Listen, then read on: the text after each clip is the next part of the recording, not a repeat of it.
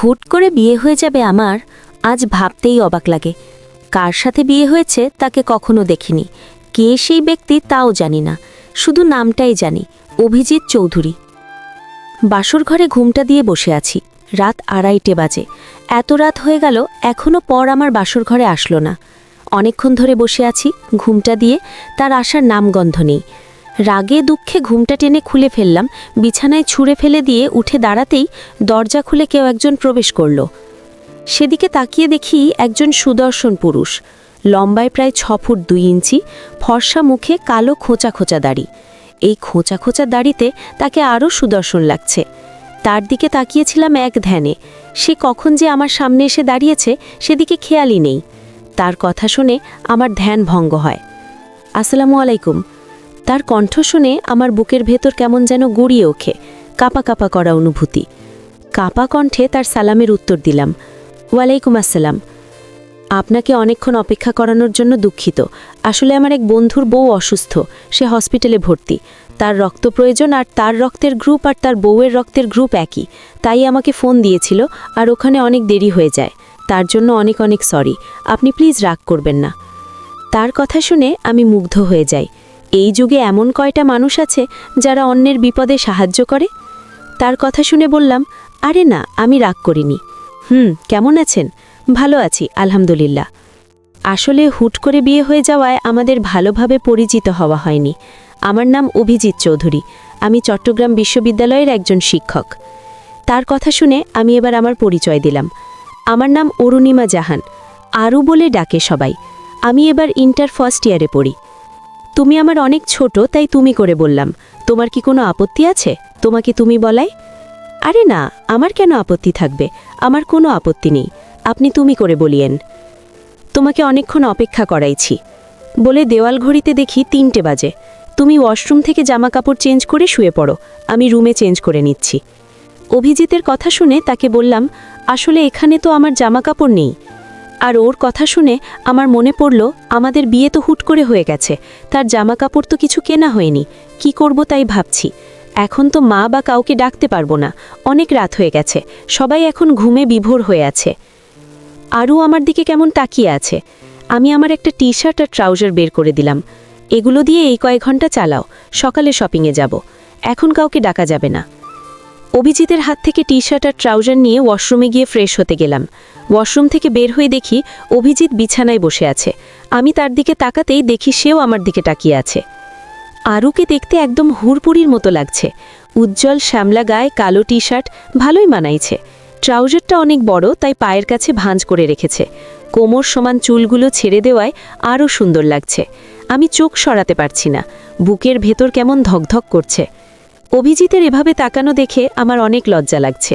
আমি তাকে বললাম, এভাবে কি দেখছেন? আনমনে অভিজিৎ বলে ওঠে, এক শ্যামা হুড়পড়িকে দেখি। অভিজিতের কথা শুনে আমার বুকের ভেতর ধকধক করে ওঠে, এক শ্যামা হুড়পড়িকে দেখি। কথাটা শুনে আমার শরীর কেঁপে উঠল, গায়ে লোম খাড়া হয়ে আছে। অনেকক্ষণ ধরে চুপ করে দাঁড়িয়ে আছি, ঘুমের চোখ দুলছে, কিন্তু অভিজিৎকে বলতে পারছি না। অভিজিৎ অনেকক্ষণ ধরে মনোযোগ দিয়ে আরুকে পর্যবেক্ষণ করে।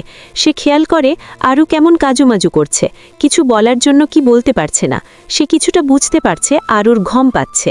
এখন রাত 3:40, তোমার ঘুম পাচ্ছে বললেই পারো, এভাবে দাঁড়িয়ে না থাকে শুয়ে পড়ো বলে আমি একপাশে সরে গিয়ে তাকে শোয়ার জায়গা করে দিলাম। অভিজিতের পাশে গিয়ে শুয়ে পড়লাম। আমার অনেক ঘুম পাচ্ছে। সকাল 10টা বাজে, এখনও আর অভিজিৎ ঘুমাচ্ছে। আজ হঠাৎ করে অভিজিতের ফুপু আর ফুপাতো বোন বেড়াতে আসে। তাদের দেখে অভিজিতের মা ইলা চৌধুরীর মুখে আধার নেমে আসে। বাড়ির সবাই অবাক হয়ে যায়। তাদের দেখে অভিজিতের বিয়ের খবর তারা জানে না। তারা মামি এসেই অভিজিতের খোঁজ করে।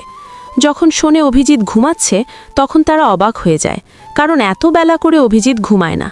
তাই অভিজিতের ফুপাতো বোন রায়না গিয়ে অভিজিতের রুমের দরজায় নক করে অভিজিৎকে ডাকে, অভিজিৎ ভাইয়া, অভিজিৎ ভাইয়া, আপনি কি এখনো ঘুমাচ্ছেন? কত বেলা হয়েছে, উঠেন। দরজা ধরে নাড়ায় আর রায়নার ডাকে আরও পিটপিট করে তাকায়। বাইরে থেকে এখনও ডেকে চলেছে রায়না। রায়নার ডাকাডাকিতে অভিজিতেরও ঘুম ভেঙে গেছে। কারো ডাকাডাকিতে আমারও ঘুম ভেঙে যায়। কে ডাকছে বুঝতে পারছি না।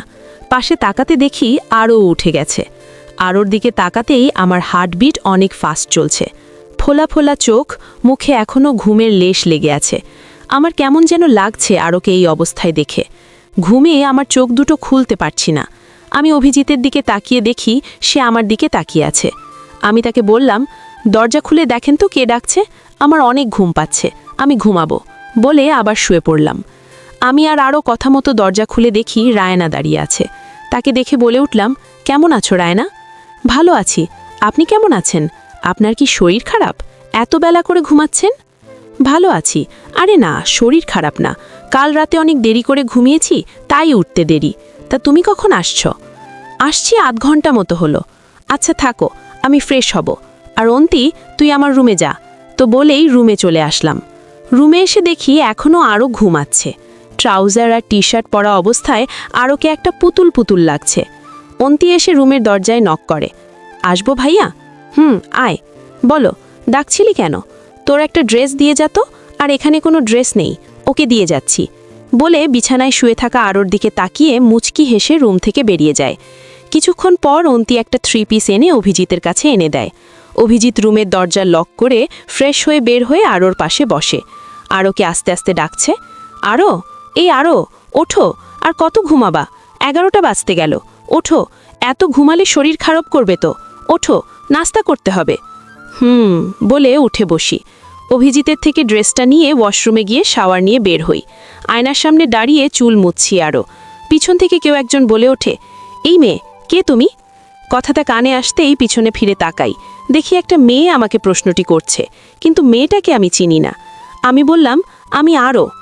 আমার কথা শুনে মেয়েটা বলে, তুমি এরই? কেন, কার কে হও? মেয়েটার কথা শুনে বললাম, আপনি কে? আমি কে মানে? আব্রাহামের রুমে প্রবেশ করে দেখতে পায় আরও আর রায়না কথা বলছে। রায়নাকে উদ্দেশ্য করে বলে, রায়না, এটা তোমার ভাবি হয়। আর আরও, এটা রায়না, আমার ফুপাতো বোন। অভিজিতের কথা শুনে রায়না অবাক হয়ে যায়, তার মাথা ঘুরছে। এ কি শুনছে সে? অভিজিৎ বিয়ে করে নিয়েছে? চোখে পানি টলমাল করছে। অভিজিৎ বলে ওঠে, আরও আর রায়না, চলো নাস্তা করতে, অনেক দেরি হয়ে গেছে। অভিজিতের কথা শুনে আমি বললাম, চলেন বলে দুজন রুম থেকে বেরিয়ে যায়। যাওয়ার আগে আরেকবার রায়নাকে ডেকে যায়। আমার অনেক লজ্জা লাগছে, এতগুলো মানুষের সামনে বসে আছি। কাল হুট করে বিয়ে হয়ে যাওয়ায় তেমন কোনো মানুষ ছিল না বাসায়, শুধু অভিজিতের বাবা মা আর বোন। আর আজ তার চাচা চাচি ফুপা ফুপির সামনে বসে আছি। মামা মামি সবাই ইতিমধ্যে এখানে আসার জন্য রওনা দিয়েছেন। নাস্তা করার শেষে অভিজিৎ তার রুমে যাওয়ার পর আমার শাশুড়ি ইলা চৌধুরী আমার পাশে বসে আমার হাতটা তার হাতের মুঠোয় নিয়ে বলে ওঠে, শোনো মা, তোকে আমি আমার ছেলের বউ না, আমার মেয়ে করে এনেছি। এবারই সবাই কিন্তু এখনো জানে না তোর আর অভিজিতের বিয়ে হয়েছে। আমি আজ সবাইকে জানিয়ে দেব। তাদের এ বাড়িতে আসতে বলেছি, কিছুক্ষণের মধ্যেই চলে আসবে। তোকে কেউ কিছু বললে সোজা আমাকে এসে বলবি, আর যে যাই বলুক তাদের কথায় কান দিবি না। বিশেষ করে তোর দাদি শাশুড়ি আর ফুপু শাশুড়ির। তোর দাদি শাশুড়ি তার বড় মেয়ের বাসায় আছে, সে এখনো বিয়ের খবর জানে না, তাই সে একটু বেশি কথা বলতে পারেন। তার কথায় মন খারাপ করিস না। আব্রাহামের ফুপু উপরতলায় তার ছোট ভাইয়ের ফ্ল্যাটে গিয়েছিলেন দেখা করতে, কিন্তু যে কথাটা শুনলেন তাতে তার মাথায় আকাশ ভেঙে পড়ল। অভিজিতের ফুপুকে দেখে অভিজিতের চাচি বললেন, কি আপা, আব্রাহামের বউ দেখতে এসেছেন? রায়নাকে সাথে আনেননি? অভিজিতের চাচির কথা শুনে অভিজিতের ফুপু বলে, আব্রাহামের বউ দেখতে এসেছি মানে? কেন জানেন না? আপনাকে কোনো কিছু বলেনি? আব্রাহাম কাল রাতে বিয়ে করে বউ নিয়ে আসে। এর চাচির কথা শুনে অভিজিতের ফুপুর মাথা ঘুরছে। সে যে পরিকল্পনা করে এসেছিল সবটাই ভেস্তে গেল। রাগে ক্ষোভে ফুঁসছে। ছোট ভাইয়ের ফ্ল্যাট থেকে বের হয়ে অভিজিতের বাড়িতে এসে দেখেন তার মা, বড় বোন, তার ছেলে মেয়ে, তার ছোট ভাই সবাই আরোকে ঘিরে বসে আছে। তিনি হনহন করে বাড়িতে প্রবেশ করেন। হঠাৎ রাশভারী গম্ভীর গলায় কেউ বলে ওঠে, এই যে মেয়ে, নাম কি তোমার? কথাটা কানে আসতেই আমি চমকে উঠি। মুখ থেকে কথা বের হচ্ছে না, কণ্ঠ কাঁপছে। কোনো রকম কাপা কাপা গলায় বললাম, জি, আমার নাম অরুণিমা জাহান। আরও বলে ডাকে সবাই। আরোর কথা শুনে অভিজিতের দাদি অভিজিতের মায়ের উদ্দেশ্যে বলে, তা কি দিনকাল আইলো রে বাবা, নিজের বড় নাতির বিয়ে হয়ে গেছে তাও জানি না। কি আর বলবো, ছেলে নিজেই যখন জানালো না তখন তার বউয়ের থেকে আশা করি বা কি করে? আপনি কি বলছেন? না, আর আপনাকে তো জানালে আপনি বিয়েতে কি উপস্থিত থাকতে পারতেন না? আর অত রাতে আপনাকে জানিয়ে টেনশনে ফেলতে চাইনি। অভিজিতের বাবা অরুণ চৌধুরী তাই বলে, আমাকে রেখে এভাবে বিয়ে করাবি? হঠাৎ বসার ঘরে চেঁচামেচির আওয়াজে আমি রুম থেকে বের হই। তখন অভিজিতের দাদির সাথে কথা বলার পর অভিজিৎ সেখানে চলে চলে আসে, আমাকে রুমে পাঠিয়ে দেয়। আমার শাশুড়ি এরা কি নিয়ে চাচামেচি করছে বুঝতে পারছি না। আমি নতুন বউ, আমি তো আর এখানে এসে এখন যেতে পারবো না, এটা শ্বশুর বাড়ি। তাও রুম থেকে বের হয়ে দরজার সামনে দাঁড়িয়ে উকি দিয়ে দেখার চেষ্টা করি। অভিজিৎ অনেক রেগে আছে, রাগে তার মুখ হালকা লাল হয়ে আছে। অভিজিতের দাদি আর ফুপু অনেক রেগে রেগে অভিজিতের মায়ের সাথে কথা বলছে। আমি জানতাম এ বউ ভালো না, দেখছিস কেমনে আমার ছেলেকে নিজের বশে রাখছে, আবার নাতিদারেও আমাগো আলাদা করার চেষ্টা করে। আমি আগেই বলেছিলাম মা, ভাবি আমাদের পছন্দ করে না, আমাদের দেখতে পারে না। দেখছো না কেমন করে অভিজিতের বিয়ে একা একাই সেরে ফেলেছে, একটা বারও জানায়নি। তোমরা থামবে কি, যা তা বলছো, এলা চৌধুরী বললেন। আমরা ঠিক বলছি, তোমার বউ আমাদের হিংসা করে, আমাদের সুখ তার সহ্য হয় না। বেয়াদব মহিলা কোথাকার। ফুপু, মুখ সামলে কথা বলবেন, কার সম্বন্ধে কথা বলছেন ভেবে বলছেন তো? হুঙ্কার দিয়ে কথাটা বলে অভিজিৎ। এদিকে অভিজিতের মা ইলা চৌধুরী নিশ্চুপ হয়ে দাঁড়িয়ে আছে, সবার কথা শুনে যাচ্ছে। তোর সাহস তো কম না মিমি, তুই আমার বাড়িতে দাঁড়িয়ে আমার বউকে অসম্মান করিস? রাগী কণ্ঠে বলে ওঠে অভিজিতের বাবা অরুণ চৌধুরী। তোমার বাড়িতে আছে বলে কথা শোনাচ্ছ? অভিজিতের দাদি বলে ওঠে, আমি আগেই বলেছিলাম এ বউ আমার সংসার ভাঙবে, দেখ কেমন ভাই বোনের মধ্যে ঝগড়া লাগাই দিল, বলে তিনি আহাজারি করতে শুরু করেন। এদিকে অভিজিতের বড় ফুপু আর ছোট চাচা নির্বিকারভাবে সব পর্যবেক্ষণ করে যাচ্ছেন। এবার অভিজিতের বড় ফুপু তার মায়ের উদ্দেশ্যে বলে, মা থামো তো, কি আবল তাবল বকছ? আর ভাবি কেন ঝগড়া লাগাবে? এ পর্যন্ত ভাবি একটা কথাও বলেনি, তোমরাই তাকে যা নয় তাই বলছো। তুই এভাবে আমারে বলতে পারলি? অবাক হয়ে কথাটা বলে ওঠে দাদি। বললাম, তুমি কেন মাথা ঘামাচ্ছ? অভিজিৎ যথেষ্ট বড় হয়েছে, ভালো মন্দ বিচার করতে সে জানে। সে কবে কাকে বিয়ে করবে সেটা তার ব্যাপার। তার বাবা মা তার জন্য মেয়ে পছন্দ করে বিয়ে দেয়। যেখানে অভিজিতের কোনো আপত্তি নেই এ বিয়েতে, তোমরা কেন ঝামেলা করছো বলো তো? কিন্তু বড় আপা, কিন্তু কি? ফুপু কিছু বলতে যাচ্ছিলেন। আমি তো বড় ভাইকে বলেইছিলাম আমার মেয়ে রায়নার সাথে অভিজিতের বিয়ে দিতে চায়। অভিজিতের ফুপুর কথা শুনে সবাই অবাক হয়ে যায়, বিশেষ করে অভিজিৎ, সে এ ব্যাপারে জানতই না। বাড়ির পরিবেশটা হঠাৎ করে নিস্তব্ধ হয়ে গেছে।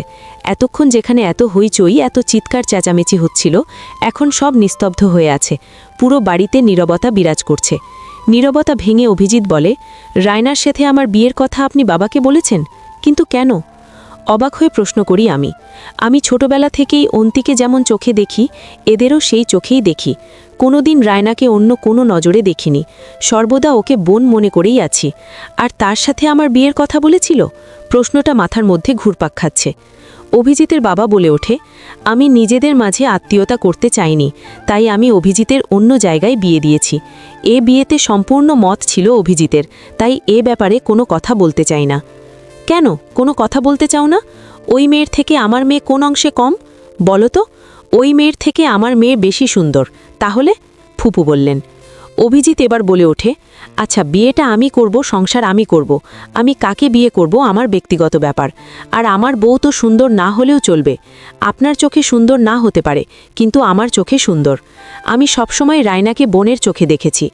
অন্তি যেমন আমার বোন, তেমন রায়নাও তেমন। আর আমি কখনো রায়নাকে বিয়ে করতাম না। কথাটা বলে অভিজিৎ রুমের দিকে হাঁটা ধরে। রুমের সামনে এসে দেখে আরোহও রুমের সামনে দাঁড়িয়ে আছে। সে আরোহকে পাশ কাটিয়ে রুমে ঢুকে পড়ে। বিছানায় বসে মাথার চুল খামচে ধরে। তার রাগে ক্ষোভে তার ভেতরটা জ্বলে যাচ্ছে। তার সামনেই তার মাকে কথা শোনালো আজ, তাহলে তাদের আড়ালে কতই না কথা শোনায়। আমি তো এদের কথা শুনে এতটুকু বুঝতে পারছি, আমার আর অভিজিতের বিয়ে হওয়ায় তাদের যত সব সমস্যা। আমি রুমে ঢুকে দেখি অভিজিৎ রেগে বসে আছে। আমি রুমে যেতেই আমার দিকে তাকিয়ে বলে, দরজা লাগিয়ে দাও তো। অভিজিতের কথা মতো দরজা লাগিয়ে দিলাম। আমার কাছে আসো তো। কেন আসতে বলছি, আসো, গম্ভীর হয়ে কথাটা বলে ওঠে। ধীর পায়ে অভিজিতের দিকে এগিয়ে যেতে লাগলাম। আসলাম। এবার আমার কথাটা শেষ করার আগেই আমাকে শক্ত করে জড়িয়ে ধরে। তার হঠাৎ জড়িয়ে ধরায় আমার হার্ট বেশ দ্রুত গতিতে চলছে, আমার নিঃশ্বাস আটকে আসছে। আমি ভাবতে পারিনি সে এভাবে জড়িয়ে ধরবে। আরও কি জড়িয়ে ধরতেই আমার হার্ট খুব দ্রুত গতিতে চলছে, কেমন যেন আমার বুকটা শীতল হয়ে গেল। আরোকে জড়িয়ে ধরা অবস্থায় তার কানে কানে আস্তে আস্তে করে বললাম, শুনেছি পুরুষের রাগ তার ব্যক্তিগত নারীকে জড়িয়ে ধরলে কমে, তাই এই ট্রিক্সটা আমি ট্রাই করলাম। আমার কণ্ঠনালী কাঁপছে, শব্দটা কোন অজানায় হারিয়ে গেছে। আমার মুখ থেকে কোনো কথা বের হচ্ছে না। আমার কেমন অস্থির অনুভূতি হচ্ছে, তা বোঝানো সম্ভব নয়। এই মেয়ে এমন করে নিঃশ্বাস নিচ্ছ কেন? আমি তো কিছুই করিনি এই পর্যন্ত। তুমি যদি চাও তাহলে, কানের কাছে মুখ নিয়ে ফিসফিস করে বলল অভিজিৎ। তার কথা শুনে আমার শরীর কেঁপে ওঠে। আচমকা জড়িয়ে ধরায় কেমন যেন একটা লাগছিল, নিঃশ্বাস আটকে আসছিল। তাই অভিজিৎ আমাকে আরও শক্ত করে জড়িয়ে ধরে। কি হলো? চুপ কেন? কিছু বলো। কি বলবো? আমি কি কিছু করব? কি মানে কি করবেন? শুকনো ঢোক গিলে বললাম আরও। অভিজিতের মুখে আমার নাম শুনে বুকের ভেতর কেমন একটা ভালো লাগা অনুভূতি হচ্ছে। এমন অনুভূতি কখনো আমার হয়নি। আমি বলে উঠলাম, বলেন আরও। কথা শুনে আরোকে ছেড়ে আরোর মুখে আমার 2 হাত দিয়ে বলে উঠলাম, তুমি কিছু মনে করো না। কিছুক্ষণ আগে যা হলো আমার খুব কষ্ট হচ্ছিল। জানো, আমি কোনো দিন দেখিনি আমার মা আমার ফুপুদের দেখে অসন্তুষ্ট হন। আমি সবসময় দেখেছি আমার ফুপুরা আসলে আমার মা কত খুশি হয়।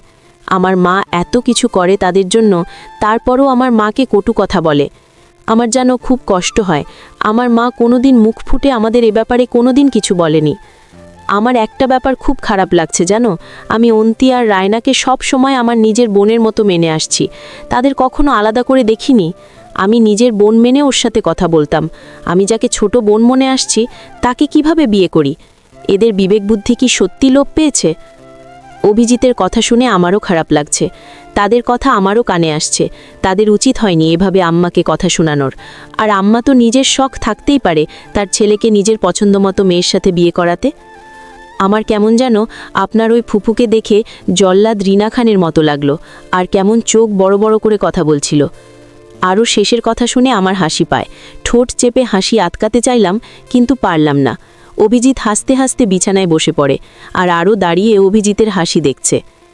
খাবার টেবিলে বসে দুপুরের খাবার খাচ্ছেন বাড়ির সবাই। সেখানে উপস্থিত সবাই। অভিজিৎ চুপচাপ খাবার খাচ্ছে, আর এদিকে আরও ওদিক ওদিক তাকিয়ে দেখছে। এতগুলো মানুষের সামনে খেতে তার অস্বস্তি হচ্ছে। সে ভাবছে একটু আগে এরা ঝগড়া করলো, আবার একসাথে খেতে বসেছে। আর এই রিনা খানের মতো দেখতেই ফুপু শাশুড়ি কেমন খাবারগুলো মুখে ফুসছে, আর দাদি শাশুড়ি কেমন করে যেন আমাকে দেখছে। এদের দিকে খেয়াল করতেই আমার খাওয়া দাওয়া উঠল না। আমার ভাবনার মাঝেই শাশুড়ি মা আমার কাছে এসে বলেন, তোর কি এসব খাবার ভালো লাগছে না? অনেকক্ষণ ধরে দেখছি কিছুই খাসছিস না। আসলে হয়েছে কি মা? বল মা, তোর কি অন্য কিছু খেতে ইচ্ছে করছে না? আমার অন্য কিছু খেতে ইচ্ছে করছে না। তাহলে খাসছিস না কেন? আমার কেমন আনইজি ফিল হচ্ছে, তাই খেতে পারছি না। আমার কথা শুনে শাশুড়িমা আমার প্লেটটা তার হাতে নিয়ে আমাকে বলেন, উঠে আয় আমার সাথে। আমার কথাটা শুনে সবাই আমাদের দিকে তাকাচ্ছে। এতক্ষণ আমরা ফিসফিস করে কথা বলছিলাম, যা অন্য কেউ শুনতে পায়নি।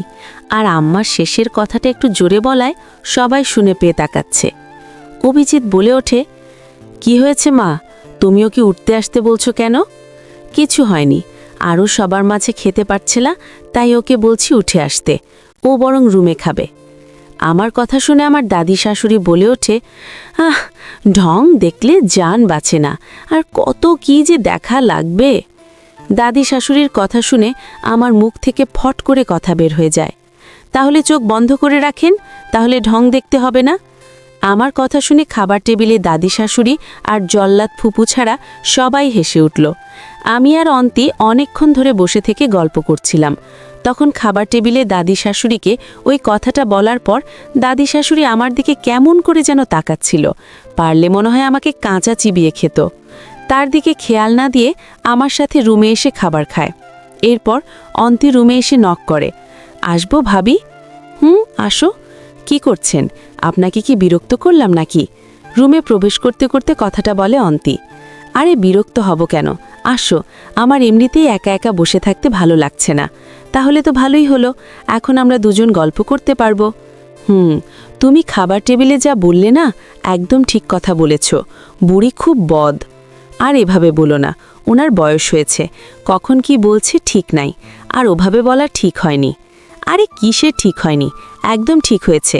কুটনামি করার সময় তো ঠিকই পারে, আর কখন কি বলতে হয় তা জানে না। আচ্ছা, তার কথা বাদ দাও। তুমি কোন ক্লাসে পড়ো? আমি এবার ইন্টার ফার্স্ট ইয়ারের। তুমি? আমিও ফার্স্ট ইয়ারে। তাহলে তো ভালোই হলো, আমরা একসাথে কলেজেও যেতে পারবো। কিন্তু আমি তো অন্য কলেজে পড়ি, তোমার সাথে কিভাবে? আমার কথা শেষ না হতেই অন্তি বলে ওঠে, আরে চিন্তা কইরো না ভাইয়া, কয়েকদিনের মধ্যে এখানে ভর্তি করে দেবে। তাহলে তো ভালোই হয়। দুজন মিলে একসাথে বসে গল্প করছে। গল্প করতে করতে তারা একসময় ঘুমিয়ে পড়ে বিছানায়। এদিকে খাবার খেয়ে অভিজিৎ আর তার কাজিনগুলো সব বসার ঘরে গল্প করছিল। বাড়ির বড়রা সবাই খেয়ে দুপুরে ভাত ঘুম দিচ্ছে। অভিজিতের ঘুম পাচ্ছে। বড়দিনে এই এক সমস্যা, দুপুরে খাবার পরে না ঘুমালে ভালোই লাগে না। অন্যদিন ভার্সিটিতে এই সময় ক্লাস থাকে, তখন অত সমস্যা হয় না, কিন্তু ছুটির দিনে না ঘুমালেই নয়। আড্ডা দিতে দিতে কখন চোখে ঘুম ঢলছে, তখন সে বলে ওঠে, এই তোরা থাক, আমার অনেক ঘুম পাচ্ছে, আমি ঘুমাবো। অভিজিতের কথা শুনে তার চাচাতো ভাই মৃণাল বলে ওঠে, তুই তো 10টার দিকে ঘুম থেকে উঠলি, এখন দুপুর 2:30 বাজে, এর মধ্যে ঘুমের চোখ ঢুলছে। মৃণালের কথা শেষ হতে অভিক বলে ওঠে, ভাই আমার মনে হয় রাতে হাডুডু খেলেছে, তাই ঘুম হয়নি, এখন ঘুমেইতে চাইছে। অভিকের কথা শুনে সবাই হাসতে লাগলো। এদিকে অভিজিৎ দুম করে অভিকের পিঠে কিল মেরে বলে ওঠে, বেয়াদব, আমি তোর বড় ভাই, আমার সাথে ফাইজলামি হচ্ছে? আরে তুই তো আমার 1 মাসের বড়, 1 মাস হোক আর 1 বছর হোক, তোর আমি বড় ভাই, সম্মান দিয়ে কথা বল, ওকে সম্মান বড় ভাই। অভিকের কথা শেষ হতেই সবাই হাসতে হাসতে সোফায় গড়াগড়ি খাচ্ছে, আর অভিজিৎ রাগে গজগজ করতে করতে ওখান থেকে উঠে যায়। রুমে প্রবেশ করতে আমার বুকের ভেতর প্রশান্তি ভরে গেল। আরও আর অন্তি দুজনেই গলা জড়িয়ে ধরে ঘুমিয়ে আছে। এদের দিকে আমার ঘুম পাচ্ছে, কিন্তু এদের জাগাতে ইচ্ছে করছে না। কিন্তু আমি ঘুমাবো কোথায়? রুমের চোখ বুলিয়ে সোফায় গিয়ে শুয়ে পড়লাম। ঘুম থেকে উঠে অচেনা জায়গায় নিজেকে আবিষ্কার করে আমি অবাক, আমি কোথায়? এখন হঠাৎ মনে হলো, আরে কাল তো আমার বিয়ে হয়েছে, আর আমি এখন শ্বশুর বাড়িতে। রুমের দেওয়াল ঘড়িতে দেখি 6টা বাজে। শুয়ে থেকে পাশে চোখ যেতে দেখি অন্তি ঘুমাচ্ছে। কখন যে গল্প করতে করতে ঘুমিয়ে পড়েছি জানি না। হঠাৎ চোখ সোফায় যেতে দেখি অভিজিৎ ঘুমিয়ে আছে। তার দিকে তাকাতে আমার বুকের ভেতর কেমন এক অদ্ভুত অনুভূতি দোল খেয়ে গেল। আমি উঠে ওয়াশরুমে গিয়ে ফ্রেশ হয়ে এসে দেখি অন্তি আর অভিজিৎ ঘুমিয়ে আছে। আমি অন্তির পাশে বসে ওকে আস্তে আস্তে ডাকি, অন্তি, এই অন্তি, ওঠো অন্তি। আমার ডাক শুনে চোখ পিটপিট করে তাকালো, তাকিয়ে আবার ঘুমিয়ে পড়ে।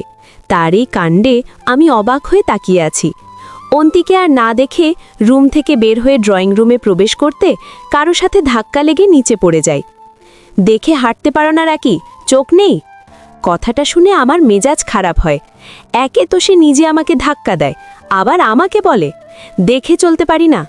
নিচে পড়ে যাওয়ায় পায়ে অনেক ব্যথা পাই। ব্যথায় চোখে পানি জলজল করছে। পায়ে হাত দিয়ে সামনে তাকিয়ে দেখি সকালের সেই মেয়েটা। তাকে বলে উঠি, আপনি দেখে চলতে পারেন না? এই তোমার তো সাহস কম না, আমার সাথে এভাবে কথা বলো? আপনি যেভাবে কথা বলছেন আমিও সেভাবে কথা বলছি। আর আমি না হয় চোখ দেখতে পাই না, কিন্তু আপনি তো দেখতে পান, তাহলে ধাক্কা খেলেন কেন? আমার কথা শেষ হতেই রাইনা চেঁচিয়ে অভিজিৎকে ডাকতে থাকে, অভিজিৎ ভাইয়া, অভিজিৎ ভাইয়া। রাইনার চিৎকার শুনে সবাই ড্রয়িং রুমে জড়ো হয়। অভিজিতের ঘুম ভেঙে যায় রাইনার চিৎকার শুনে। সে তাড়াতাড়ি করে রুম থেকে বের হয়ে ড্রয়িং রুমে আসতেই রাইনার ন্যাকা কান্না জড়িয়ে দিয়ে বলে, তোমার বউ আমাকে ধাক্কা দিয়ে ফেলে দিয়ে আবার আমাকে বলে আমি নাকি চোখে দেখতে পাই না, সে আমাকে যা নয় তাই বলে অপমান করলো, বলে ন্যাকা কান্না জুড়ে দেয়। কথা শুনে অভিজিতের মেজাজ যায় গরম হয়ে। সে আরোর দিকে তাকিয়ে বলে ওঠে, রাইনা যা বলছে তাকে সত্যি? অভিজিতের কথা শুনে আরও রাগে চোখে তাকায় অভিজিতের দিকে। আরোকে এভাবে তাকাতে দেখে অভিজিৎ কিছুটা অপ্রস্তুত হয়ে যায়। তাদের দিকে তাকাচ্ছে বাড়ির সবাই। রাইনার তো আরোকে মনে হয় চোখ দিয়ে কাঁচা চিবিয়ে খাবে। বাড়ির এই অবস্থা দেখে অভিজিতের মা ইলা চৌধুরী তড়িঘড়ি করে আরোর কাছে যায় আর হাত ধরে বলে, কি হয়েছে? আরও ছলছল চোখে অভিজিতের মায়ের দিকে তাকিয়ে বলে, মা, আমি কি কিছু করিনি? এবার রাইনার মা বলে ওঠে, তুমি কিছু করনি? তা আমার মেয়ে কি মিথ্যে বলছে? তোমার তো সাহস কম না মেয়ে? অভিজিৎ আরোর কাছে এসে আর হাত ধরে বলে, কি হয়েছে, তুমি আমাকে সত্যিটা বলো। আরও অভিজিতের দিকে তাকিয়ে বলে, আমি রুম থেকে বের হওয়ার সময় হঠাৎ করে তার সাথে ধাক্কা লেগে পড়ে যাই। সে আমাকে বলে আমি নাকি অন্ধ, আমি দেখতে পাই না, তাই তার সঙ্গে ধাক্কা লেগেছে। আমিও বলি, আমার না হলে চোখ নেই তাই অন্ধ, আপনার তো চোখ আছে, তাহলে আপনি কেন দেখে চলেন না?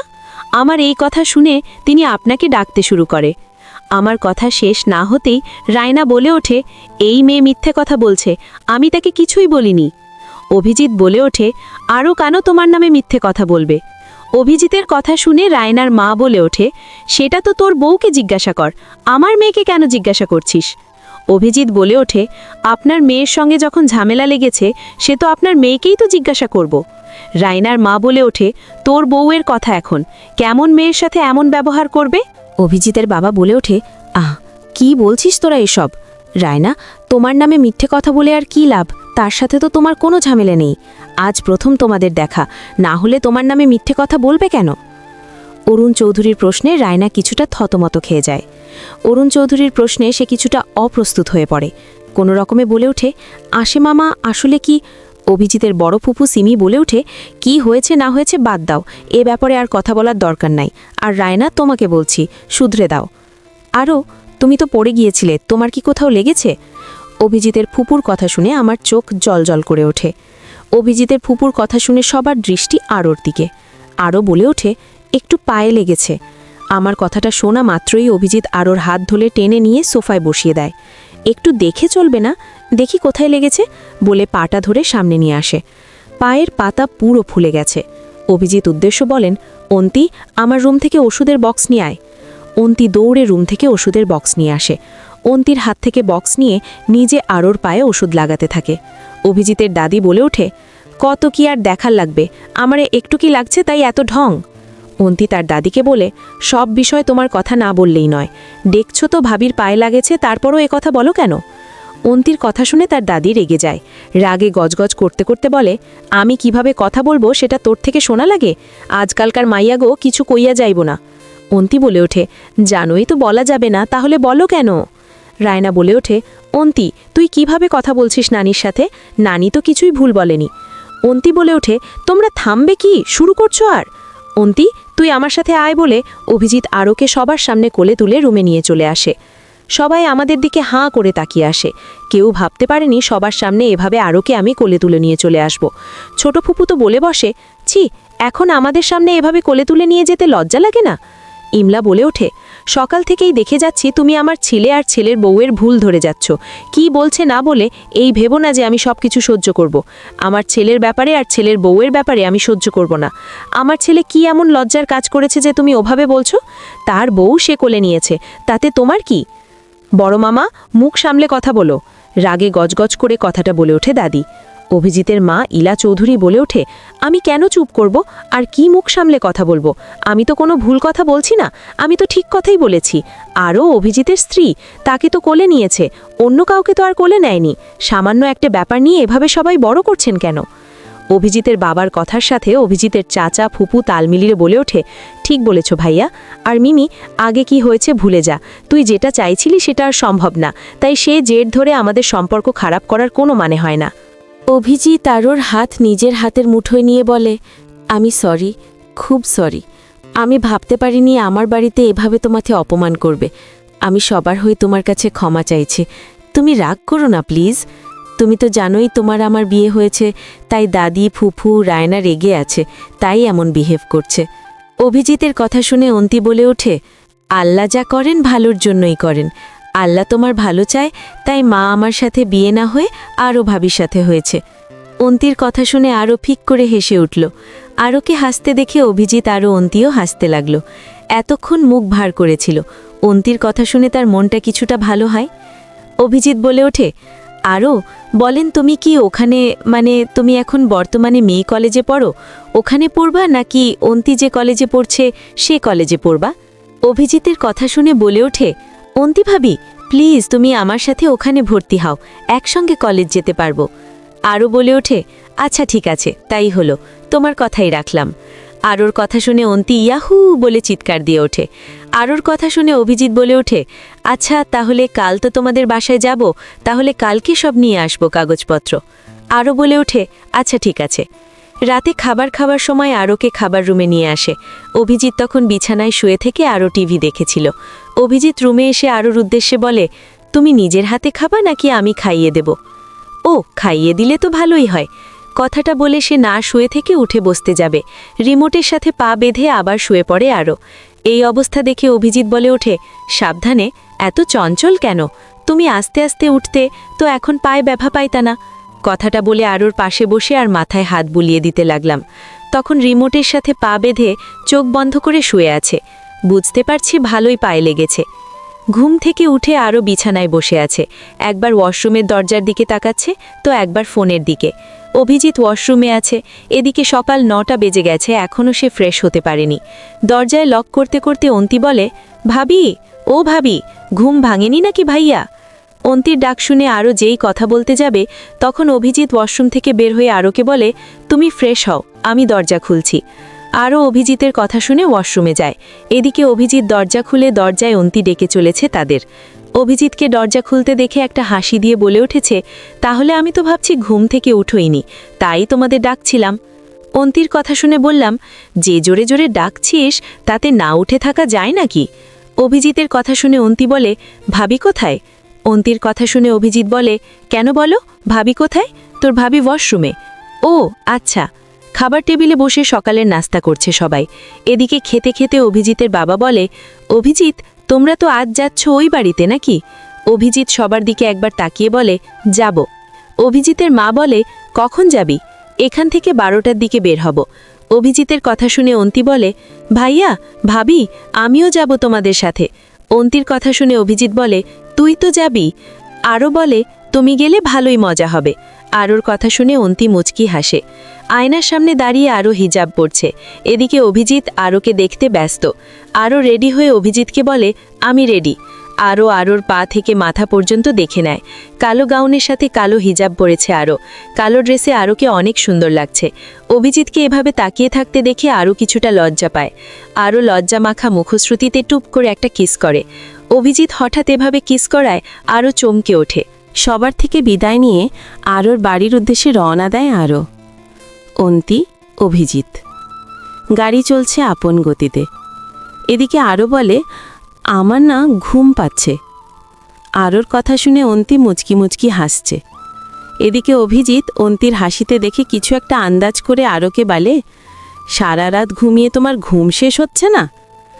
অভিজিতের কথা শুনে আরও বলে, আরে আমার গাড়িতে উঠলে ঘুম আসে। আরোর কথা শুনে অভিজিৎ বলে, ওকে, তুমি আমার কথায় মাথা রেখে ঘুমাও।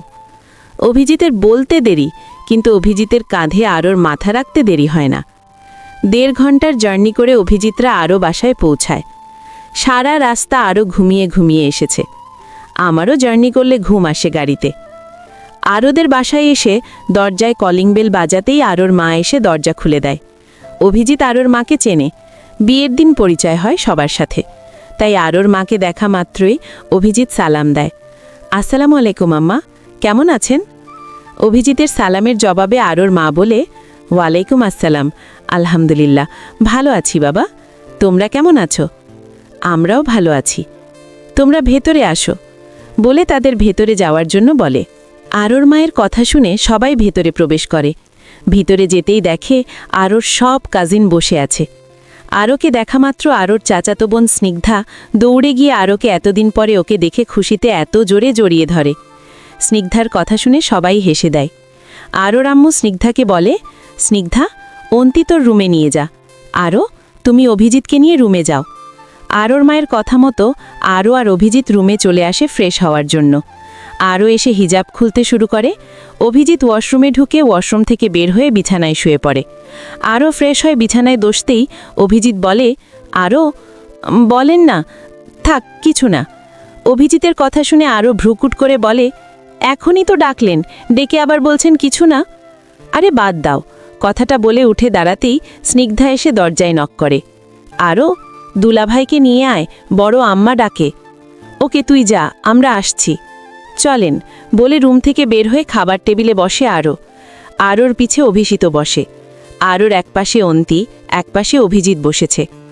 আরও, ওর মা, কাকা সবাই তাকে খাওয়াচ্ছে।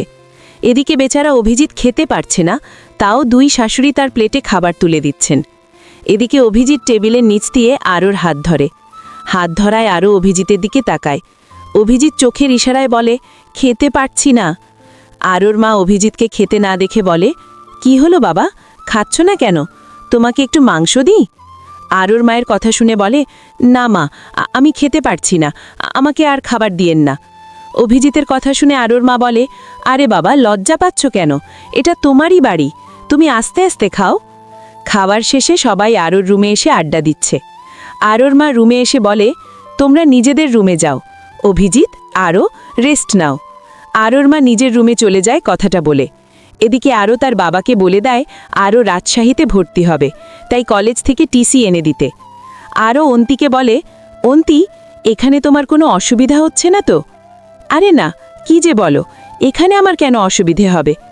আচ্ছা ঠিক আছে, অসুবিধে হলে বলিও। ওকে, তোমার এখানেই থাকো। আর স্নিগ্ধা, চলো আমরা আড্ডা দেই, ভালিয়া মনে হয় ঘুমাবেন। আচ্ছা চলো, বলে অন্তি আর স্নিগ্ধা আরোর রুম থেকে বের হয়ে যায়। আরোর রুমের দরজা লাগিয়ে বিছানায় শুয়ে পড়ে। অভিজিৎও শুয়ে আছে। অভিজিৎ আরোকে টেনে নিজের বুকের কাছে নিয়ে আসে। আরও অভিজিৎকে বলে, কি হয়েছে, এভাবে টানছেন কেন? বিয়ে করে কি কোলবালিশ নিয়ে ঘুমানোর জন্য বিয়ে করেছি? অভিজিতের কথা শুনে আরও মুচকি হেসে বলে, তো কি যেন বিয়ে করেছেন? বউকে আদর করার জন্য। অভিজিতের কথা শুনে আরও অভিজিতের বুকে মুখ লুকিয়ে হাসে। এভাবে গল্প করতে করতে আরও আর অভিজিৎ ঘুমিয়ে পড়ে। সন্ধ্যায় ছোট বড় সবাই মিলে গল্প করে সময় পার করে। রাতে খাবার খেয়ে রুমে এসে আরও ফ্রেশ হয়ে আয়নার সামনে দাঁড়িয়ে চুল আঁচড়াতে আঁচড়াতে আয়নাতে তাকিয়ে দেখি অভিজিৎ তাকিয়ে আছে আমার দিকে। আরও অভিজিৎকে বলে, কি হয়েছে আপনার? কাল থেকে খেয়াল করছে আপনি শুধু আমার দিকে তাকিয়ে থাকেন। আরোর কথা শুনে অভিজিৎ বলে, এত সুন্দর বউ থাকলে তো তাকে তাকিয়ে থাকতেই হবে। অভিজিতের কথা শুনে আরও বলে, দুনিয়ার আর কোনো ছেলের মনে হয় সুন্দরী বউ নেই, শুধু আপনারই আছে। আরোর কথা শুনে অভিজিৎ মুচকি হেসে আরোকে পিছন থেকে জড়িয়ে ধরে আর বলে, অবশ্যই আমার একার সুন্দরী বউ আছে। অভিজিৎ আস্তে আস্তে আরোকে আরও শক্ত করে জড়িয়ে ধরে বলে, আমাদের কি সামনে এগোনো উচিত? আরও বলে, আজ হলেও এগোতে হবে, কদিন পর হলেও এগোতে হবে, হবে? অভিজিৎ বলে, তার মানে তোমার কোনো আপত্তি নেই? আরও মুচকি হেসে অভিজিৎকে নিজের থেকে ছেড়িয়ে নিজে অভিজিৎকে জোরে ধরে বলল, না, আমার কোনো আপত্তি নেই। এরপর কি হলো বা হয়েছে নিশ্চয় বুঝতে পারছেন। সকাল ৯টা বাজে। আরও এখনও ঘুমাচ্ছে। অভিজিৎ সেই সকালে উঠে নামাজ পড়ে বাইরে হাঁটাহাঁটি করে এসে দেখে আরও এখনও ঘুমাচ্ছে, তাই আরোকে না দেখে নিজে তৈরি হয়ে ভার্সিটিতে চলে যায়। সেদিনের পরের দিন আরোরা চলে আসে এই বাড়িতে। ও বাড়ি থেকে আসার ২ মাস হয়ে গেছে। অভিজিৎ আরোকে অন্তির কলেজেও ভর্তি করিয়ে দেয়। আরও আর অন্তি প্রতিদিন একসাথে কলেজে যাওয়া আসা করে। অভিজিৎ রোজগার মতো আজও নিজের কর্মস্থলে চলে গেল। এদিকে আরও এখনও ঘুমে আছে। প্রতিদিন একসাথে দুজন ঘুম থেকে ওঠে, কিন্তু এই ২ দিন থেকে আরও শরীর একটু খারাপ, তাই সে দেরি করে ঘুম থেকে ওঠে। সকাল থেকে বমি করতে করতে আরোর অবস্থা কাহিল। আরোর এই অবস্থা অভিজিৎ জানে না। অভিজিৎ যখন নামাজের পর হাঁটতে যায় তখন থেকে আরও বমি করে। অভিজিৎ আসার কিছুক্ষণ আগে ঘুমিয়ে পড়ে। সকাল ১১টা বাজে।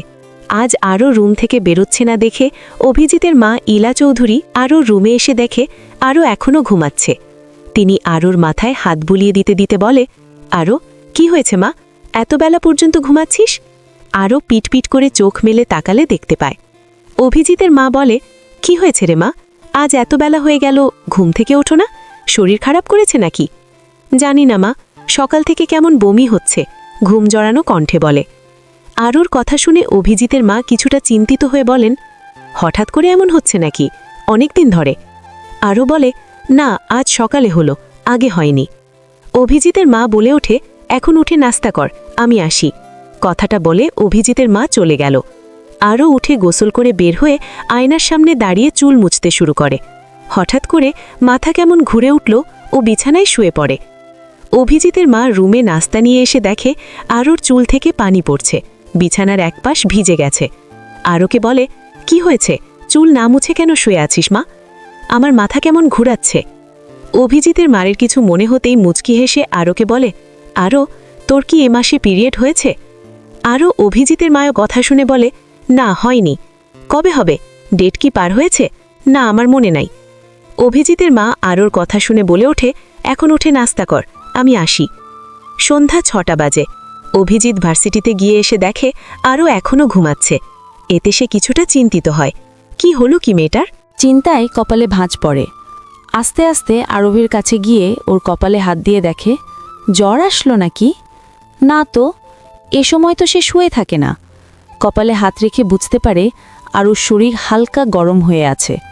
সে আরোভীকে না ডেকে ওয়াশরুমে গিয়ে শাওয়ার নিয়ে একেবারে ফ্রেশ হয়ে বের হয়। আয়নার সামনে দাঁড়িয়ে চুল মুছতে মুছতে সে খেয়াল করে আরোভী দরপড় করে উঠে বসে। সে আর আরোভীকে কিছু বলবে তার আগে আরোভী উঠে দৌড়ে ওয়াশরুমে গিয়ে বমি করে। অভিজিৎ আরোভের পিছন পিছন ওয়াশরুমে যায়। আরও বমি করতে করতে ক্লান্ত। আজ সারাদিন বেচারা বমি করতে করতে শীষ। এদিকে অভিজিৎ পিছন থেকে আরোভীকে জড়িয়ে ধরে রাখে, কারণ আরোভী দাঁড়িয়ে থাকতে পারছে না। অভিজিৎ আরোভীর নাভির উপরে চাপ দিয়ে ধরে রাখছে, এতে আরোভের বমি ভাবটা কিছুটা কমে যায়। আরোভী মুখে পানি দিয়ে তার পুরো শরীরটা অভিজিতের উপর ছেড়ে দেয়। অভিজিৎ আরোভীকে কোলে তুলে বিছানায় শুইয়ে দিয়ে ওয়াশরুম পরিষ্কার করে। রুমে ঢুকে বিছানায় শুয়ে থাকা আরোভীকে অভিজিৎ তুলে বসায়। এদিকে সারাদিন বমি করায় আরোভীর শরীর নেতিয়ে পড়েছে, আর চোখগুলো কেমন ঢুকে গেছে, মুখটা শুকিয়ে গেছে। অভিজিৎ আরোভের 2 গালে হাত দিয়ে বলে ওঠে, কি হয়েছে জান তোমার? আরোভী ক্লান্ত হয়ে বলে, আমি জানি না, সকাল থেকেই কেমন বমি হচ্ছে, আমার মাথা ঘুরাচ্ছে। অভিজিৎ চিন্তিত হয়ে বলে, জান, আমি যা ভাবছি তুমি কি তাই ভাবছ? অভিজিতের কথা শুনে আরোভে বলে।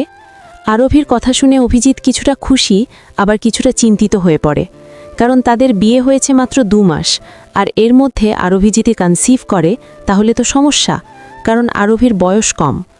যদিও তাড়াহুড়ায় তাদের বিয়ে হয়েছে, আর এর মধ্যে বেবি না, আর অভিজিৎ ভাবতে পারছে না।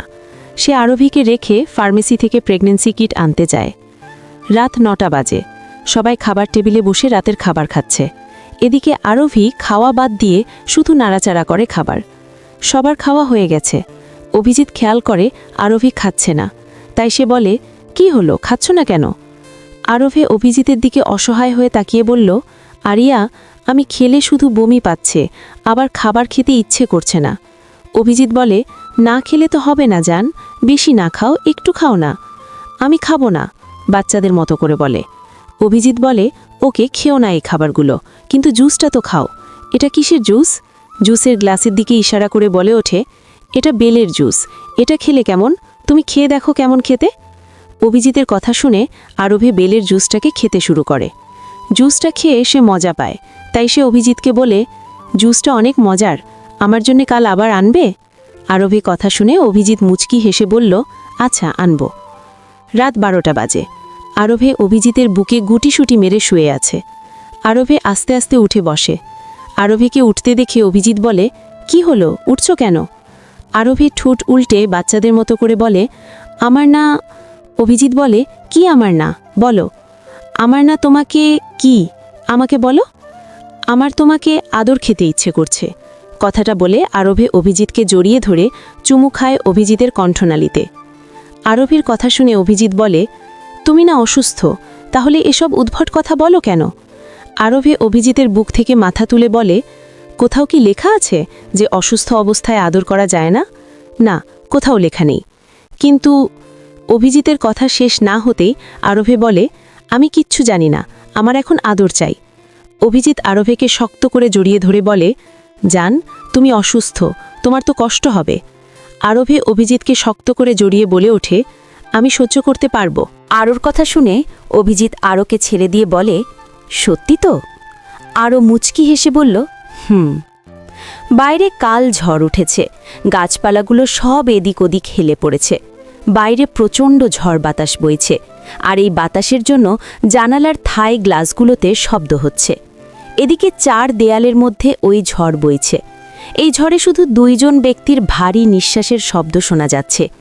দেখতে দেখতে কেটে যায় 8 মাস সময়, যে কিভাবে কেটে গেল বোঝাই মুশকিল। সেদিন সকালে টেস্ট করে দেখে 2 দাগ উঠেছে, আর নিশ্চিত হওয়ার জন্য হসপিটালে টেস্ট করে দেখে আরও 7 মাসের অন্তঃসত্ত্বা। এদিকে 9.5 মাসের মতো এত বড় পেট নিয়ে আরও রায়নার বিয়েতে উপস্থিত। সেদিনের ঘটনার পর আরও রায়না আর রায়নার মা বুঝতে পেরেছে তারা এমন করলে কাজের কাজ কিছুই হবে না, উল্টো তাদের ভাই বোনের সম্পর্কটা নষ্ট হবে। তাই পুরো সব বাদ দিয়ে নিজের জীবন আগাতে আজ রায়নার বিয়ে।